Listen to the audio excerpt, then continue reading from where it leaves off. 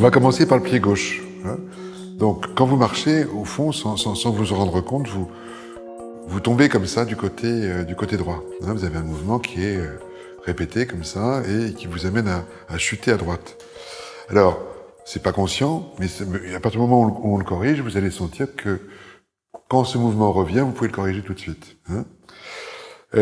Donc, pour corriger ce défaut de marche, on va d'abord se mettre en fente avant droite, donc en poussée arrière gauche. Et déjà à l'arrêt, vous allez simplement travailler ce mouvement, c'est-à-dire vous poussez avec le pied de derrière, donc le pied gauche, et vous montez sur le pied droit.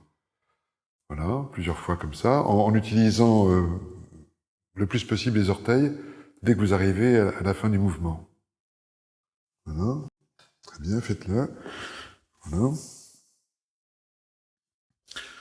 Voilà. Encore. Voilà, là vous sentez bien normalement le mouvement qui part du pied. Vous le sentez? Voilà. Très bien, changez de pied maintenant. Voilà, si possible la jambe le genou un peu plus en extension, plus tendu derrière. Non, faut pas plier le genou. Pas plier le genou, voilà. Gardez bien la jambe tendue, voilà. Est-ce que vous sentez le travail du pied là, votre pied droit? Ouais? Bon. Donc ça déjà, voilà, on est dans la première configuration d'une reprogrammation de la marche. Hein. C'est-à-dire que quand vous êtes à l'arrêt, pour rééduquer le mouvement de marche, ça se fait aussi debout à l'arrêt, avant de marcher. Hein. C'est-à-dire que vous êtes en train de faire une conférence, vous discutez avec des copains, votre petit ami, et ben vous pouvez très bien travailler ce mouvement de propulsion. Hein. Moi je l'ai appelé dans le livre le culbuto. Ce mouvement vous fait faire un travail musculaire au niveau du pied.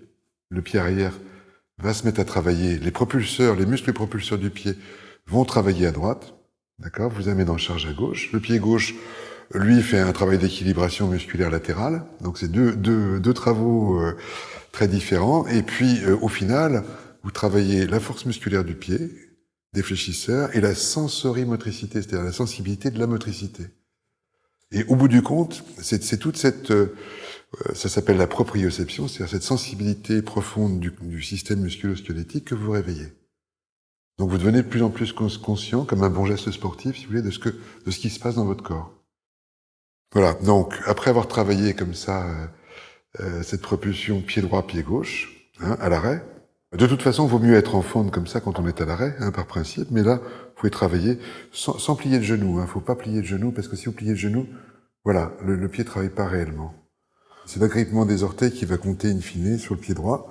Et puisque vous en êtes là, vous allez continuer à propulser. Allez-y. Un coup à droite, allez-y, enchaînez. Je propulse à gauche, mais à bonne vitesse, hein, vous faites ça tranquillement. Voilà. Et vous continuez, mais faites-le à bonne vitesse. Hein. Je propulse à droite, je propulse à gauche, je pousse à droite, je pousse à gauche, je pousse à droite, je pousse à gauche.